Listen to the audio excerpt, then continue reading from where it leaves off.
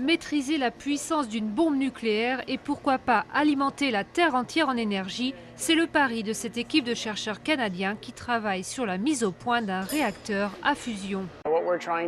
Nous essayons de mettre au point une technologie qui produira sur Terre l'énergie qui alimente le Soleil.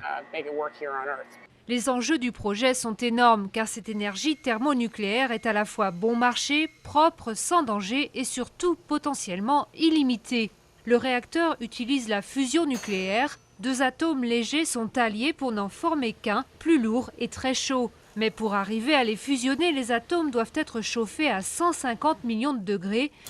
Le défi est donc de produire au final plus d'énergie qu'il n'en faut pour faire marcher l'engin, une prouesse que cette entreprise espère réaliser avant tout le monde. L'avantage que l'on a, c'est que l'on exploite des technologies déjà existantes et bien comprises pour relever le défi de la fusion plus rapidement et avec moins d'argent. Le mécanisme du réacteur est complexe. Deux anneaux de plasma surchauffés sont injectés dans une sphère de métal contenant du plomb et du lithium en fusion. Le tout est chauffé à l'aide de 200 pistons chargés d'écraser les atomes les uns contre les autres. Malgré les milliards de dollars dépensés, aucun pays n'est jamais parvenu à réaliser la fusion parfaite. Les chercheurs de General Fusion estiment leurs chances de réussite à 20 ou 30%, suffisamment pour convaincre des investisseurs de leur allouer 30 millions de dollars. Si l'on regarde l'argent investi au total ici, ce n'est rien en comparaison au gain potentiel que l'invention pourrait rapporter.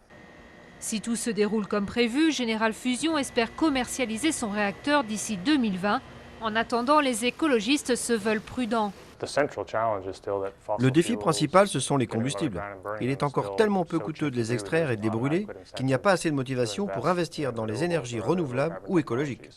Développer des sources d'énergie alternatives est pourtant impératif car les réserves de pétrole sont évaluées à une quarantaine d'années, à une soixantaine d'années pour le gaz naturel et à 240 ans pour le charbon.